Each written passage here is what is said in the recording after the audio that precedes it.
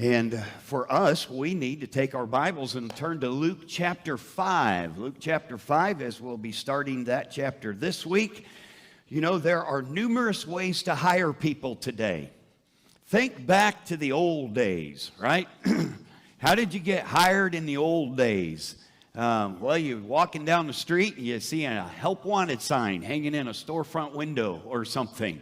Or you're turning 18, young man, and dad says it's time for you to become a man.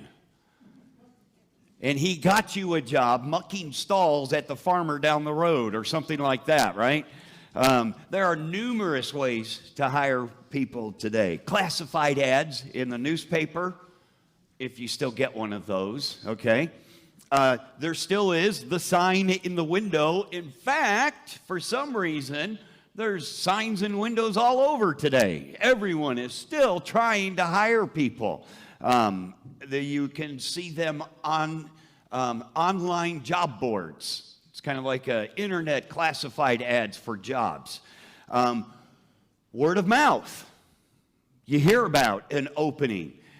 Word of mouth could also be said.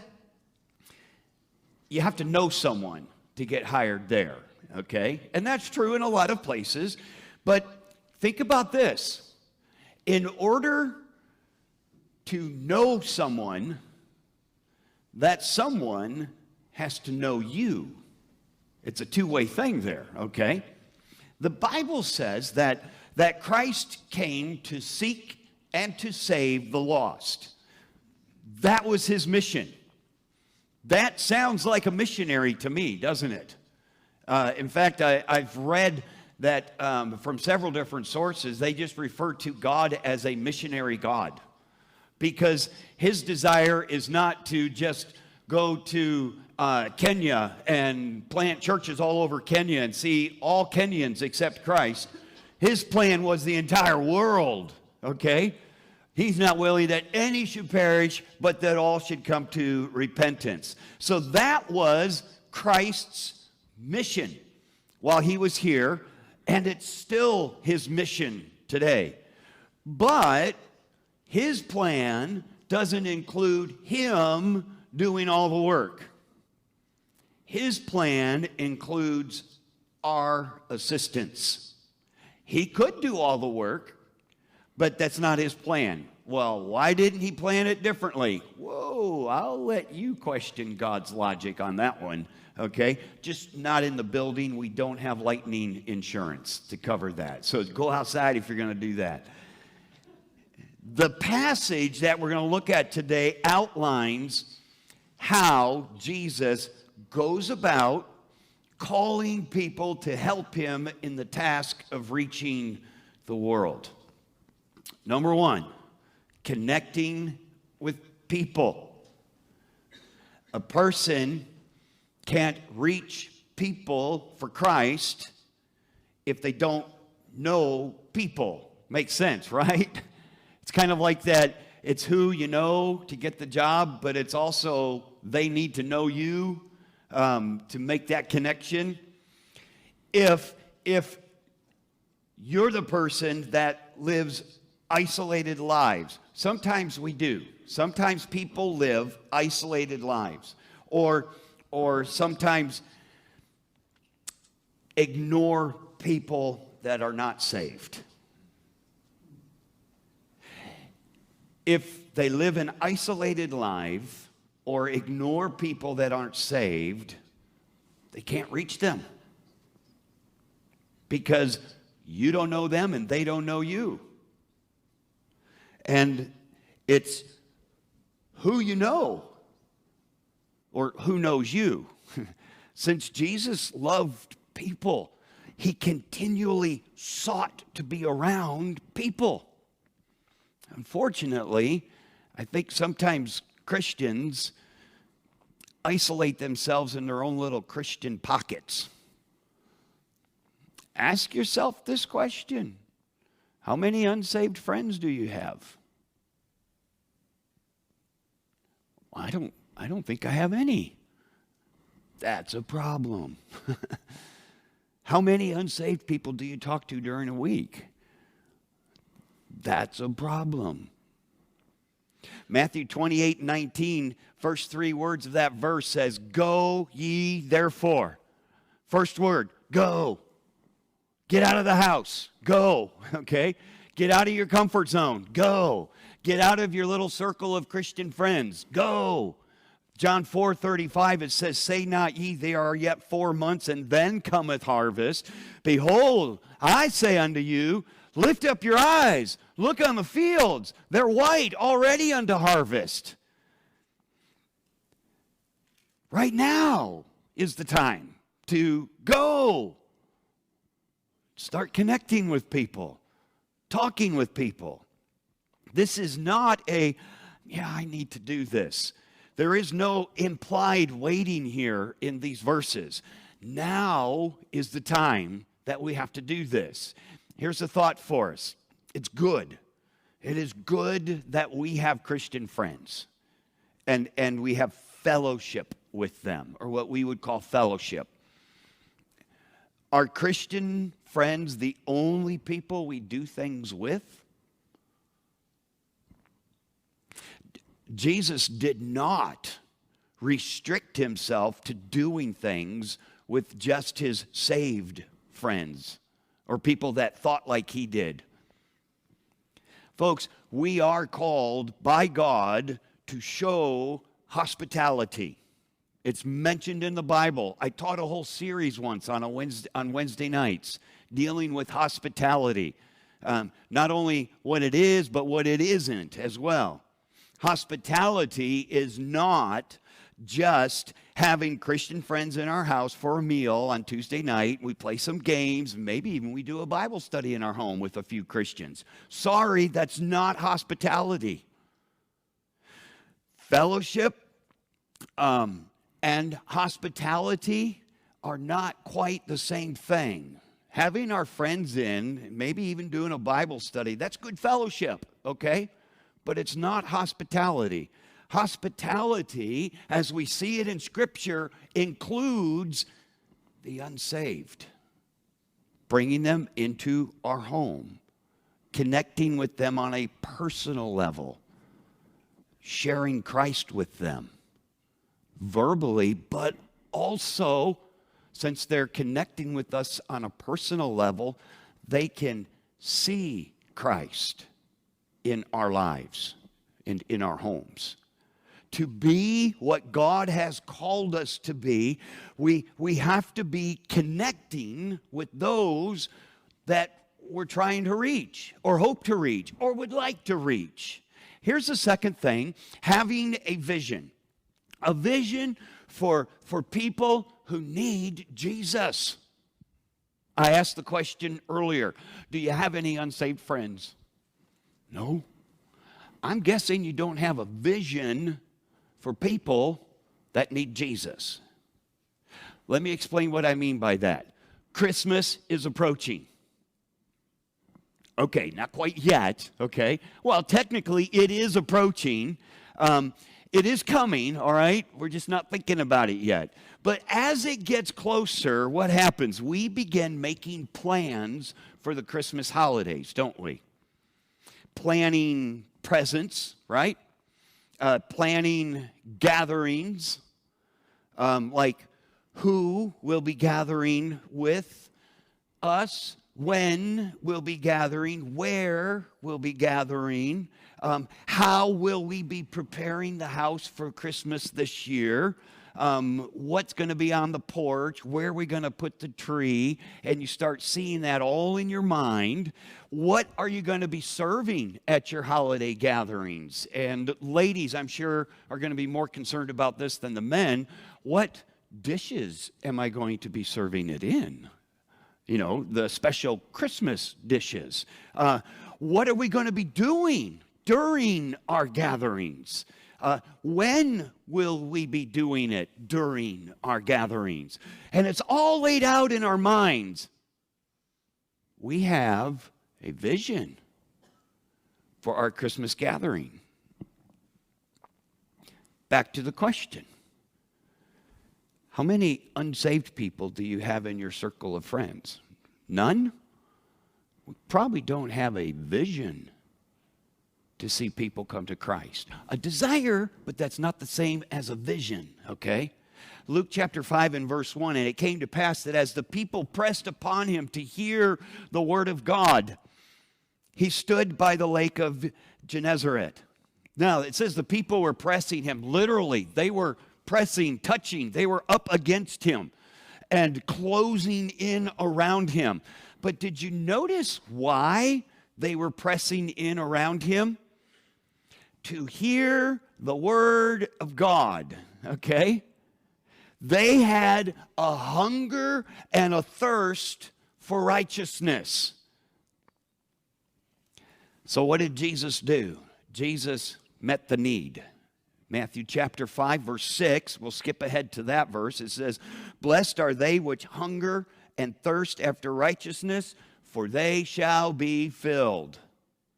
Luke 6:21, "Blessed are ye that hunger now, for ye shall be filled. Blessed are ye that weep now, for ye shall laugh." John 4:14, "But whosoever drinketh of the water that I shall give shall never thirst." Christ was in the business of meeting those needs.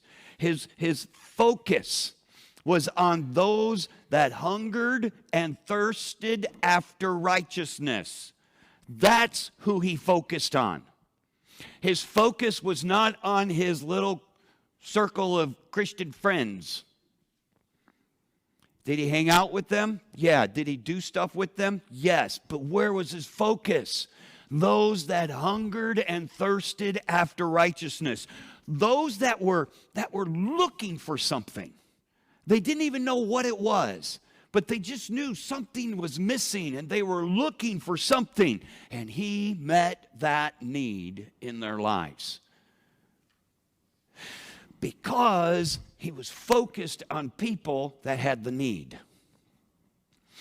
Psalm 107 verse 9, it says, "He satisfieth the longing soul and filleth the hungry soul with goodness." But in this first verse of Luke 5, Jesus also saw something else. Could we have that verse back on the screen? Luke 5:1, okay? And the people pressed upon him to hear the word of God. He stood by the lake of Gennesaret. Now, we're going to get to that verse here in just a minute. Jesus needed help, okay? He met the need, but he needed some help. And sadly, Luke chapter 10 and verse 2 is still true today. "Therefore he said unto them, the harvest truly is great, but the laborers are few." I don't know of a church ever that has had so many people show up for outreach. There's just not enough people to send them to. I do know of a church in Michigan, and Pastor Taylor knows of this church too. I don't know, they're in a town of about 200. The church ran 300, 400, 500 people every Sunday at one time. What? Obviously, they ran out of people in their town. So what did they do? Well, they just went to the next town, all the towns around them, to reach people, keep reaching people. There's so many people. The laborers are few. Let's look at number 3, gathering resources. Now, this is where we get to verse number 2. Jesus, he saw 2 ships standing by the lake, but the fishermen were gone out of them and were washing their nets. They had just finished their night of fishing, and they're washing their nets. Verse 3, "And he entered into one of the ships, which was Simon's, and prayed him that he would thrust out a little from the land. And he sat down and taught the people out of the ship." I just really like these two verses here because it brings things down to our level, okay? His vision, Christ's vision, is growing. Literally, the people are pressing on him, okay? The need is present right here. The fields are white unto harvest right now. And the plan, the vision, is continuing to take shape. The boats, it says he looked around. I know, I could use one of those boats as a pulpit.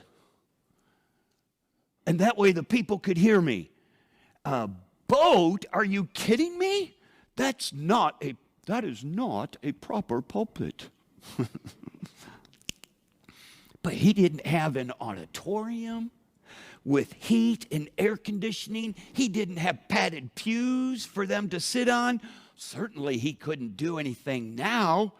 He didn't have a pulpit, obviously. He didn't have a piano. He didn't have a sound system. He didn't have technology. Oh, what is he going to do? He doesn't have what he needs to give them the gospel. You know, it's really nice that we have these things, isn't it? You better say yes, because in a couple of months I'll turn the air off and make you all very appreciative of it.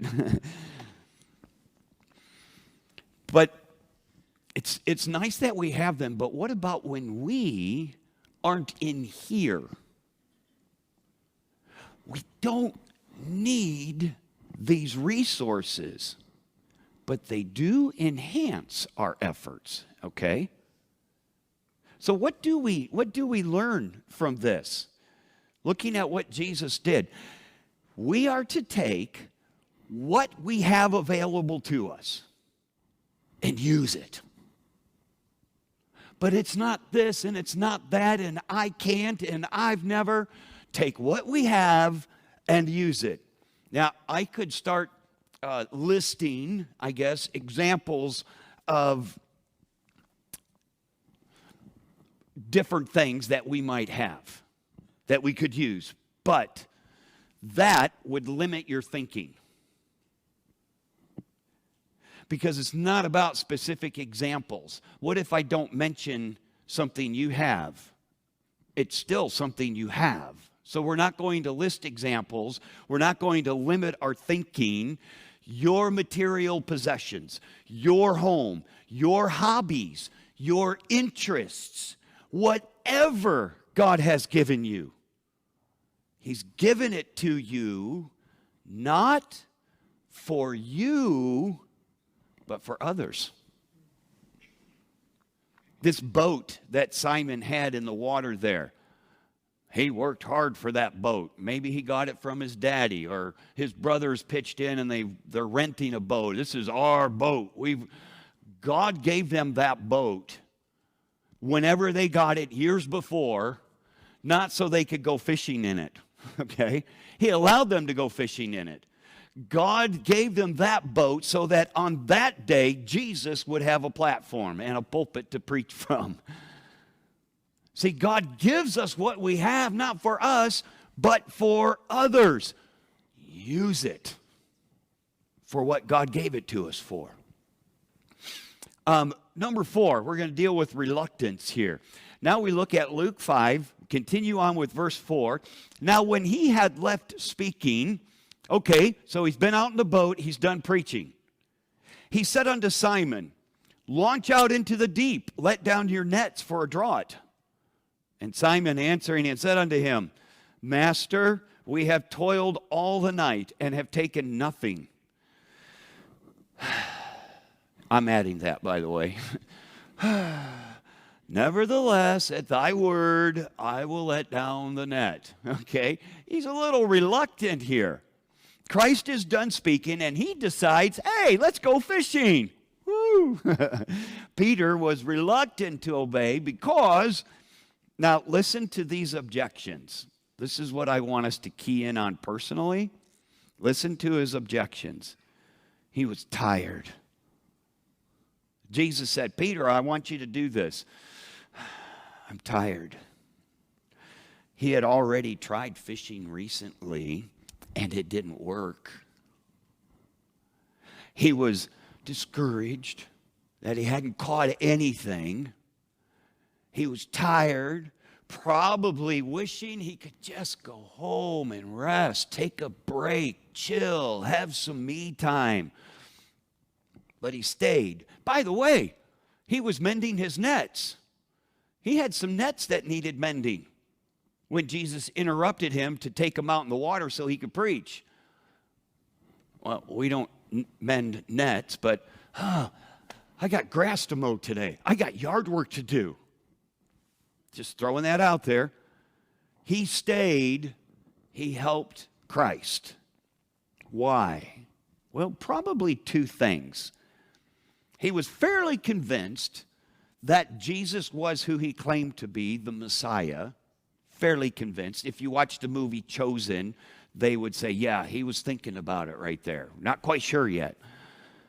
But he was drawn to follow Jesus as well. Jesus didn't use any manipulation tactics on Peter to get him to do what Jesus wanted him to do. There was no manipulation. He didn't guilt Peter into helping. He didn't pizzazz him into helping with cool announcements. He didn't plead with them through the announcements. Please come, we need your help. He didn't do that. Peter just followed his heart. Wherever that was at. He followed his heart, not his mind. His mind that said, I'm tired, I've got other things to do, I want to go home, this doesn't work. He followed his heart. He wasn't thinking there's no fish.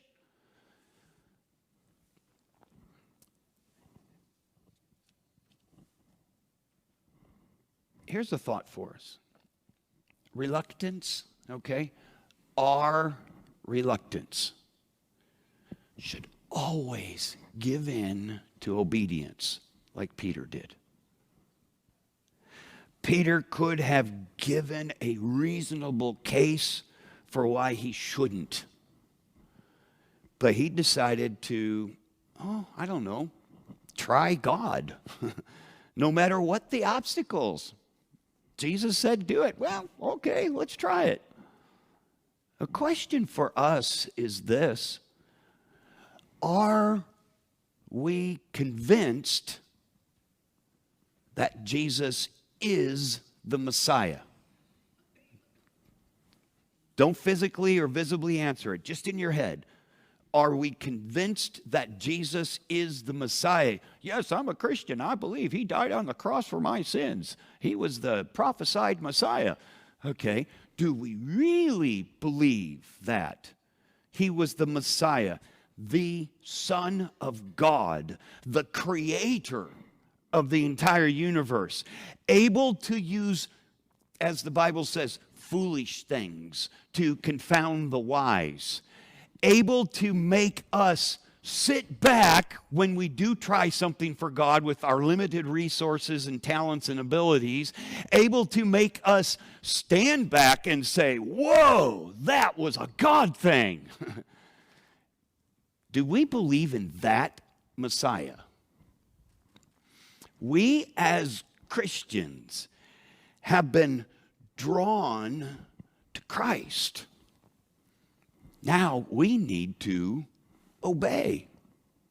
Like Peter, drawn to Christ, he was a little reluctant. He had good reasons for not participating, but he did it anyway. And guess what happened? We're getting to that. It was a God thing that took place here in just moments.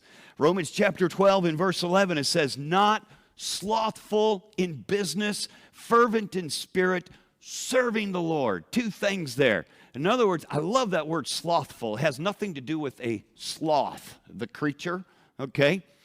It has everything to do with being lazy. Not lazy in the business of what a Christian should be doing. And their spirit, their attitude about it is one of fervency. Not when it fits into my schedule. It was now. Hebrews 6:12, it says that ye be not slothful, but followers of them who through faith and patience inherit the promise. Let's go on to number 5, the results of obedience. This is the God thing. Verse 6, and when they had done this, they enclosed a great multitude of fishes, and their net brake.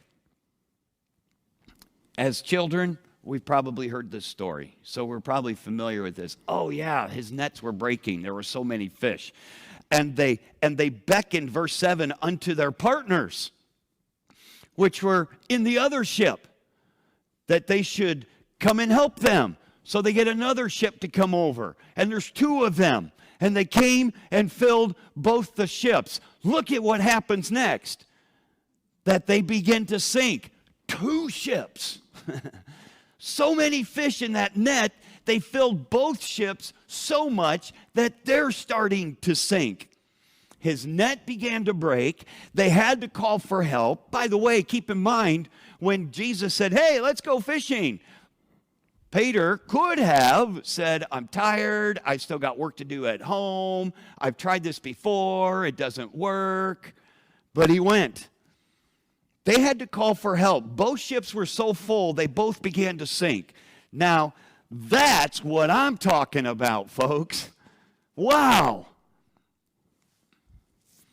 Peter's obedience. Peter, this guy who was discouraged, tired, and had things to do at home, obeyed. Boom, results. There was no question to him. Jesus was behind this thing. This was, he doesn't say it this way, this was a God thing that just happened to him.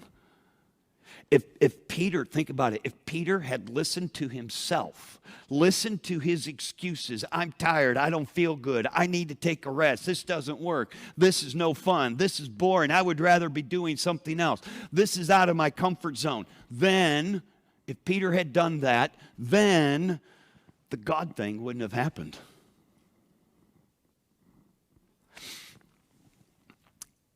I wonder, is that why we don't see this kind of God thing happening today?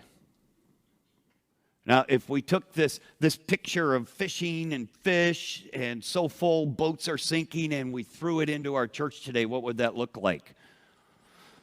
Standing room only. All the side rooms are filled. Poor Jim is running crazy trying to set up closed circuit TVs in all the rooms 5 minutes before the service starts, okay?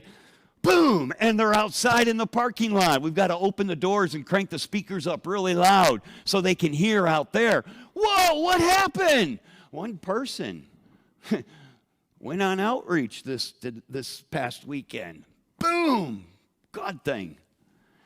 If we don't do what God asks us to do, which is go to the unsaved with the gospel, can I guarantee you that everyone's going to respond? No, I can't. But here's what I can guarantee. If we don't do that, this won't happen in here. Won't happen. Listen to these 2 verses, Job 42 and verse 2. I know that thou canst do everything, and that no thought can be withholden from thee. And then again in Isaiah 43:13. Yea, before the day was, I am he, and there is none that can deliver out of my hand. I will work, and who shall let it? This is God speaking. I shall work, and who's going to stop it? You can't stop God. But we can put a kink in his plan when we stop assisting God in his plan of using us to reach the world. I wonder, do we believe this? God can do everything, anything, even with you? And we can't stop him from working? Do we really believe that? So let's move on here for an honest self-evaluation, because this is what Peter did next. Luke chapter 5, verse 8. When Simon Peter saw it stop, what did he see? Both ships starting to sink. Okay? He's not in the ship. He's outside of the ship. He sees it. So apparently they've gotten the ships in somewhat, and they're so full they're starting to sink right where they're at. He saw it, fell down at Jesus' knees, saying, Depart from me, for I am a sinful man, O Lord. For he was astonished, and all that were with him, at the draught of the fishes which they had taken. And so was also James and John, the sons of Zebedee, which were partners with Simon. And Jesus said unto Simon, Fear not, from henceforth thou shalt catch men. And when they had brought their ships to land, they forsook all and followed him. Folks, this was no ordinary catch, and Peter knew it. God used it. He used it to break through Peter's reluctance that he had. As the boats began to sink, Peter turns, runs to Jesus, falls at his knees with a self-evaluation, a confession, if you will. He confessed his sin of disobedience and unbelief. He was a little reluctant before. He was reluctant to obey because of his unbelief. Think about it. If you believe it, you will do it. Am I right about that? If you really believe, you will do. And some of you demonstrate that every single day of the work week. How many of you get paid before your workday starts? I don't know anyone that happens to. So what happens? Your boss says, okay, you come in Monday morning at this time, and you work real hard all these hours, and I'll pay you when you're done. No, he doesn't even say that. He says, you do this for 5 days, and I'll pay you a week from now. Now, if you have any doubts about him doing that, you're not coming into work. But if you believe, you do. Okay? And that same principle is evident in so many areas in our life. He was reluctant to obey because he questioned God's will and knowledge and power, and he wasn't sure if he wanted to do it. When we don't obey God, that's what we're doing. We are questioning his will, his knowledge, and his power. But here's what also Peter confessed: Jesus to be the Lord. Previous to this moment, every time Peter referred to Jesus, it was Master. This is the first time now that he says Lord. Job chapter 42, verse 5, I have heard of thee by the hearing of the ear, but now mine eye seeth thee, wherefore I abhor myself and repent in dust in ashes. Peter recognized this is not Master, this is the Lord. This is the Messiah, God's Son. And he falls to his knees in front of him. I wonder how many of us could have our Christian lives described by the first part of verse 5. I heard of thee by the hearing of the ear. We hear about Jesus, we know about Jesus because of what we hear about Jesus every week in church. Romans chapter 10 and verse 9 and 10, it talks about confessing Jesus. Okay, that's a verse dealing with salvation, that if thou shalt believe in thine heart that God hath raised him from the dead, thou shalt be saved. It talks about confessing Jesus with the mouth and believing in the heart. There's a difference between those two things. There's a difference, Job 42:5, where it says, I heard of thee by the hearing of the ear. That's the stuff we hear and know about Jesus. Doesn't mean it's a heart thing. Anyone can say words. Now, you've heard me say this before. You could teach a parrot to give the gospel. Wouldn't that be fun? If you invite someone from work over to your house and they say, okay, just don't talk to me about Jesus. I'm tired of hearing you talk to me about Jesus, and I'm going to give you one shot. I'll come to your house, but don't you talk to me about Jesus. So you're sitting there eating supper, and the parrot behind you is going, Romans 3:23, for all have sinned. I would love that. You're like, hey, you told me not to say anything. I'm not saying anything. But could we have our lives described that way? We hear it, we know it, but it's not in here. Anyone can say the words, I believe in Jesus. I love Jesus. God is God. God is the creator. Jesus died on the cross. Anyone can say those words, but believing it in our heart, do you believe me? Do you agree that there are millions of people today who don't know Christ? Yes.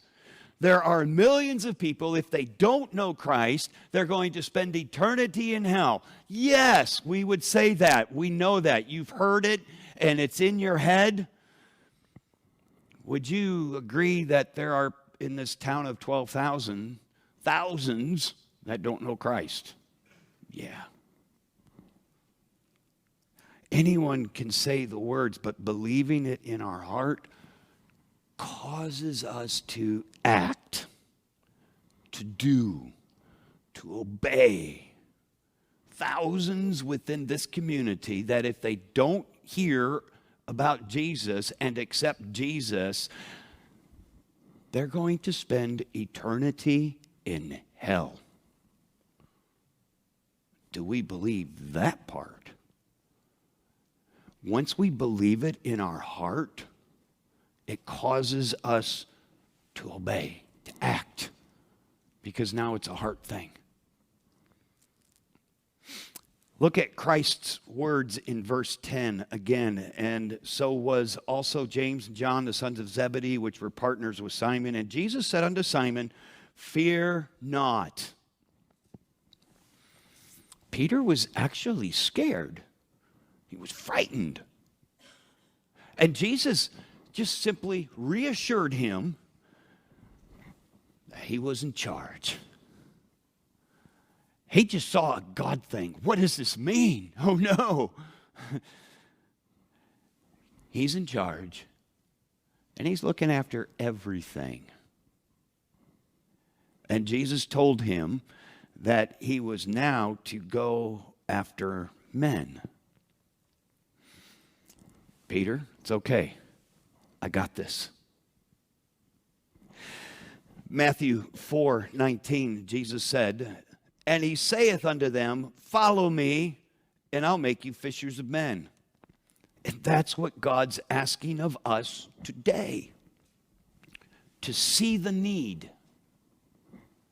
To look out beyond ourselves and our Christian friends and our Christian circles and just see the need.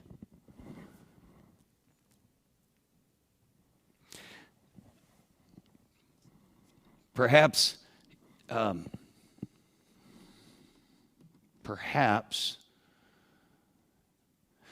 it might be an eye-opener for you to come along with me sometime into the home of someone who has just taken their own life. Can never wrap my head around that. That someone within walking distance of this church actually got up every day of the week for years. And at some point they came to the conclusion, there is no hope. That'll help you see a need, folks. Job chapter 20, or Job verse 22 and 23, it says, and of some have compassion, making a difference. And others save with fear, pulling them out of the fire, hating even the garment spotted by the flesh. There is some intensity there. I know there's people in our culture, in our community, that through their own dumb choices have totally made a mess of their lives and their families' lives. Have compassion. Have compassion. Make a difference in their life. I was recently finished reading the autobiography of Mike Lindell. My Pillow. That guy. Yeah. And the subtitle on I think it's like My Story, but the subtitle is what caught my mind. from cocaine to CEO, okay, crack addict to CEO. And he outlines his life of gambling addiction and drug abuse. There at the end, before he finally changed, I can't imagine this. He was smoking crack one after another, after another, after another, and he was awake for 14 days, no sleep. His body was continually running on just the effects of the drug. And then he came to Christ. Wow. And God changed that man. But here's what I learned as he was telling his story. He had been in different drug treatment programs in the 80s, and he said they're all the same. He said they would have us come in for group therapy and private therapy, and in the group therapy and the private therapy, it was always the same thing. They would ask you questions and get you to think about all the people in your lives that you've hurt with your choices. All of the dreams that you maybe had for your life that you were shattering. And he said all that did was made it worse. Because we would walk out feeling, oh, I've let my family down so much. I've ruined my life. I need a fix. They didn't offer him any hope. Folks, there's a room full of hope right here. And in just a few moments, we're going to be going out that door, okay? Hope should be our middle name. Not condensation and looking down on people for choices they have made, but hope. Hey, come to my house, okay? Come on, let's have a meal together. Let them see a Christian loving them instead of avoiding them for a change. Remember, I did that series on hospitality based on a book written by a lady who was a lesbian before she came to Christ. And she recounts in the beginning of that book how this pastor had invited her to come to his house for dinner with him and his family. And she pulls up in the driveway of this pastor's house. She sat in the car, she turned the motor off, and she says, I sat there totally terrified. I was afraid to go in there because of what they might say to me and how they might treat me. What a shame that people who aren't saved are afraid of Christians. We need to change that. We need to get rid of the condemnation. By the way, condemnation and judgment, that's Jesus' job. We're here to love and show compassion and take them to Jesus before the judgment comes in their lives.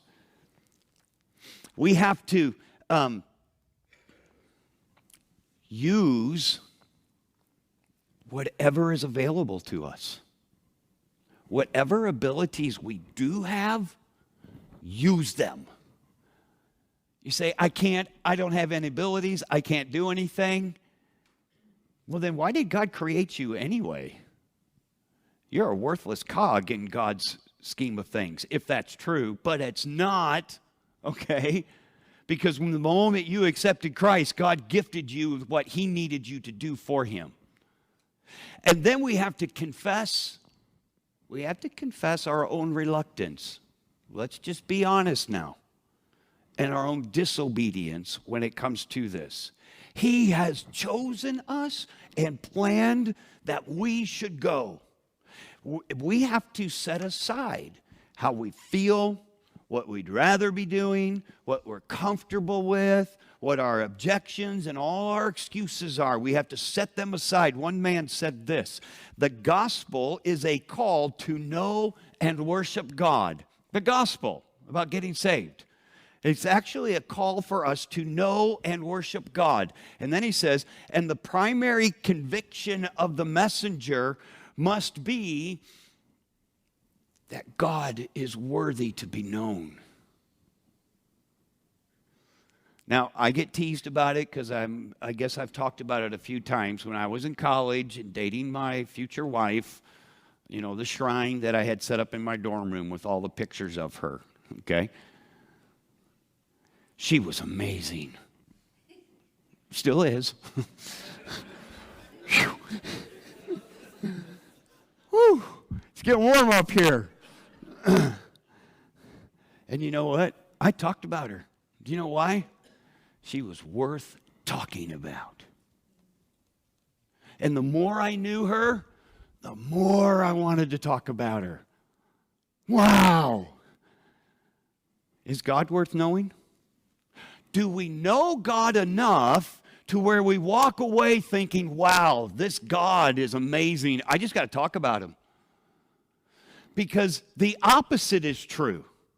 If we ain't talking about him, then we don't know him very well.